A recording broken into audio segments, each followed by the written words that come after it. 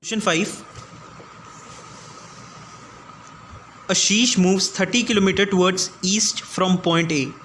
Now this is a direction question.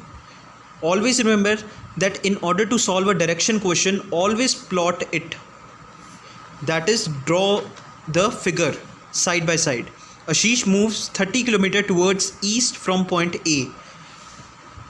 Let me mention a point A.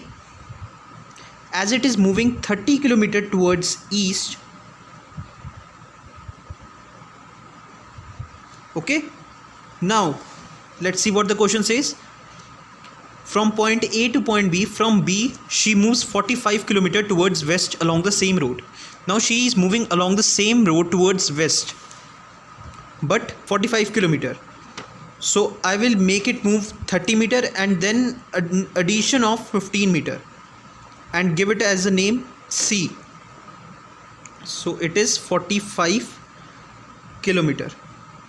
Okay. If the distance towards east is represented by a positive, then how will you represent the distance traveled by towards west? Now, if the distance towards east, this is east, this is west. If the distance towards east is represented by a positive integer, so originally the distance towards west will be represented by negative integer. So we'll write this thing. The distance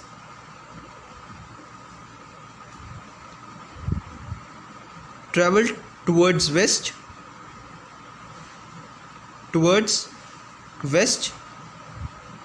is represented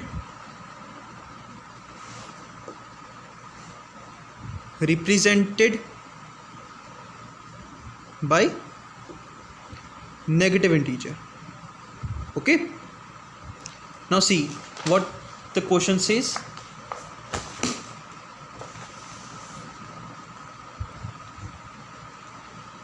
Now what it says, by which integer will you represent his final position from A? Now see, as we see the figure, A is us the origin. A can be our mean position from where it started moving. As I go here, it gives us 30 km. Now I am going opposite side 45 km.